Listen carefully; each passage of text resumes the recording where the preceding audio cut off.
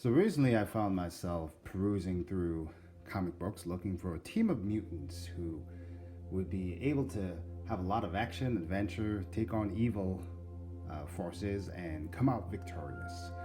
And then I looked at the X-Men books and realized, well, for the last couple of years they've been busy, I don't know, living on a plant island and having dinner parties and sword fighting and basically living in tree houses. So I just did not have an interest anymore with the X-Men, and I think I might be pretty much done with that franchise. However, I can go back to the 1990s to a different team of mutants, cybernetically enhanced mutants, known as Cyberforce.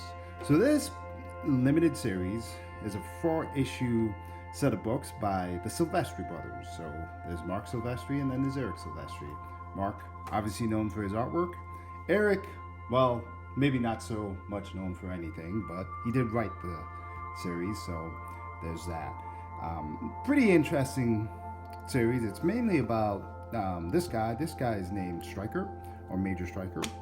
There's a hot chick named Cyblade because she shoots energy blades, which are cybernetically enhanced. Ripclaw, who's got claws that can rip stuff. There is Heatwave, who shoots waves of heat from his hands. And there's a big dude named Impact, because he's a big dude and he can hit stuff with a lot of impact.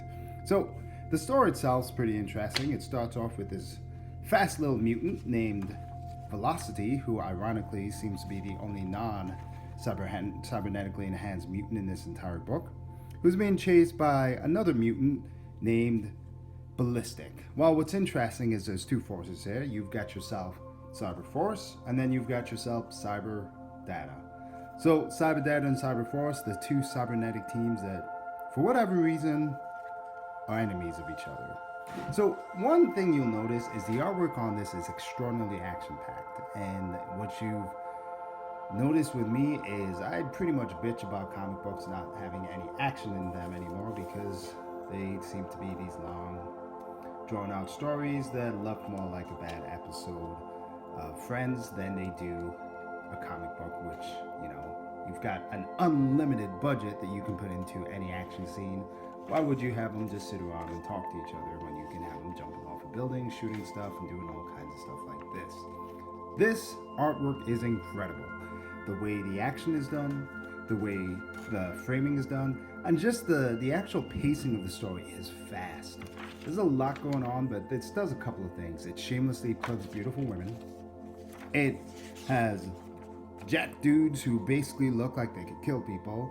The fight scenes are awesome because there's a lot of impact, there's speed lines, there's emotion, there's pretty cool poses, which makes things good. And there's also non-image advertisements, which is kind of funny.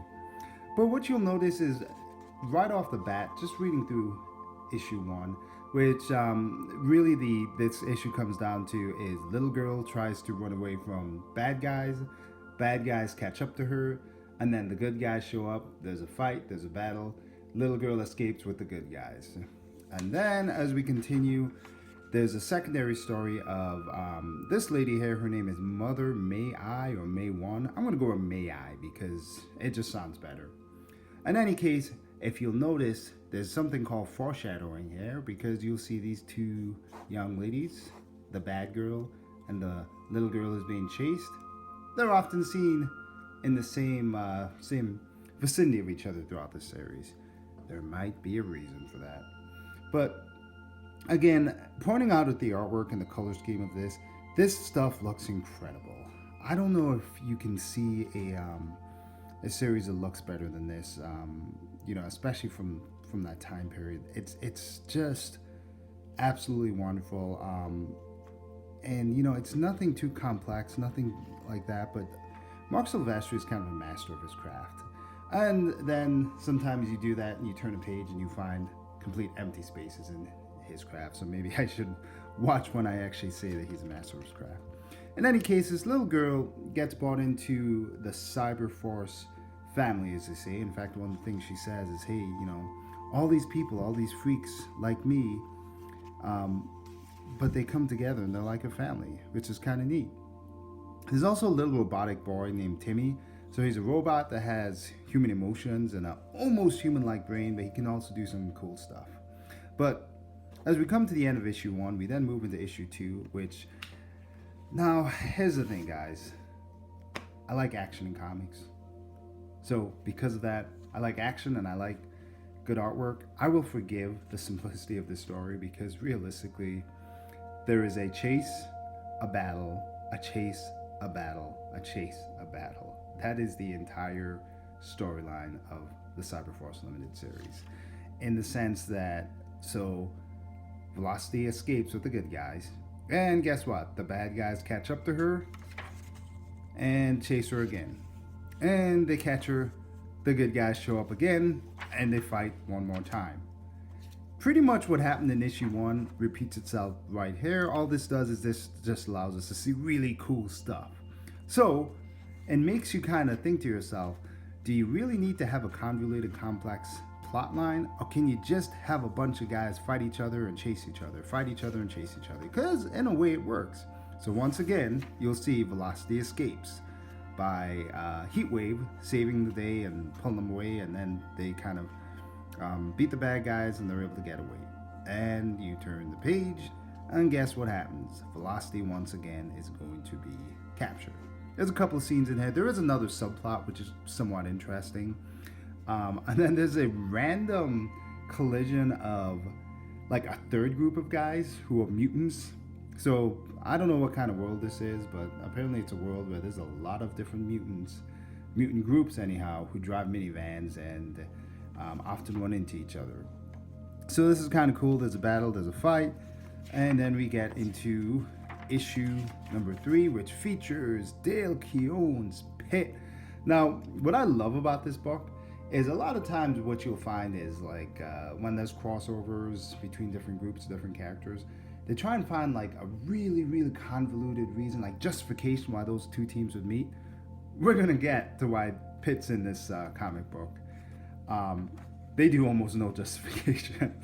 So anyhow, group number 3 runs into bad guy groups. They get in the fight, but after getting their asses kicked, good guys show up and there's another fight. And then we move into this sub-story, May I, which I'll get into in a minute. But when I was talking about that justification, why is Pitt in this comic book? Why is there a crossover? Was it because there was some ominous goal that they were both chasing? Is it because there's a history that they don't know about? No. It's because he shows up, and as the third group comes in, they go, hey, who's that guy? And the answer is, name's Pitt. He had a rough night, needed a place to crash. Not the kind of guy you can say no to. So the introduction of the reason of why Pitt is in this comic book is because he needed to take a nap. That is it. That's literally it. Which is fine. I'm okay with it. I think it's awesome. Don't overthink stuff. We just want to see cool people fight each other. That's the key to comics. That's what we need to get back to. So anyhow, here's Pitt. He's kind of going, hey, why is everybody showing up and waking me up? I just needed a nap.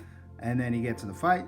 This dude, this big dude named Impact, thinks, oh, well, he's not that big. I can punch him. First of all, look at that friggin' art, man. That stuff is awesome. It is a holy shit kind of artwork. You don't see pinups like that anymore, man. But this stuff is amazing. So anyhow, what's funny is big dude, Impact, thinks he can just punch Pitt. And Pitt just kind of stands there, gives him a look, and then what apparently happens is he punches him through the side of a building, which is kind of awesome. Then the good guys, because like I said, this is a chase fight type of story. Since they've now chased Velocity, they have to get to the fight part. So this is kind of funny because this little girl, who I think her name is Killjoy, thinks she can take on this big dude, and obviously she doesn't realize who Pitt is, and Pitt just kind of sits there and she does nothing. Actually, the weird thing is Pitt like punches this dude, and that's really all he does in this entire story, because after that, like, he just disappears. I guess he punches two dudes. He punches a couple of these guys, and then he's hanging out with Ripclaw, and they've got some sort of like metacontextual feelings about each other, in the sense that they're like, I can sense that you're a warrior and it's an honor to fight with you. That's cool. I think he just two dudes with claws, man. That's all it was. That's all neat. But then um, Pitt just kind of leaves in the middle of the story. He's just like, "Hey, I see that you seek a little boy. I also seek a little boy." Um, yeah, and that's it. Then he's gone, and they don't even mention him anymore, which is kind of weird. So they capture Velocity, and Velocity starts having these weird flashbacks about a mother and a sister, and then you've got this chick here, and so this girl's interesting. She goes by Mother May I, and a lot of it is because she's like a telepath, and she gets information from people by making them think that she's their mother. Now, I know what you're thinking. That's the dumbest power ever. However, who wants to disappoint their mother? See? This is what she does. She goes, "Hey, I'm your mom." And this little boy's like, "I don't have a mom." And she's like, "Yes, you do. I'm your mother. And don't you want to show me what you, don't you want to show mom what you've got?" And then, like, the kid's like, "Yeah, sure." She's like, "Thank you, Timmy." So, cute little scene there.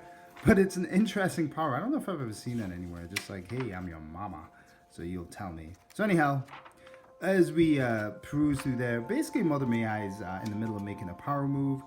And so this is where the what I'd call the secondary story gets a little convoluted. So the first one's real simple. Like I said, it's just 3 chases and 3 fights. But there's also a second story where like the government's thinking that this chick's getting too much power.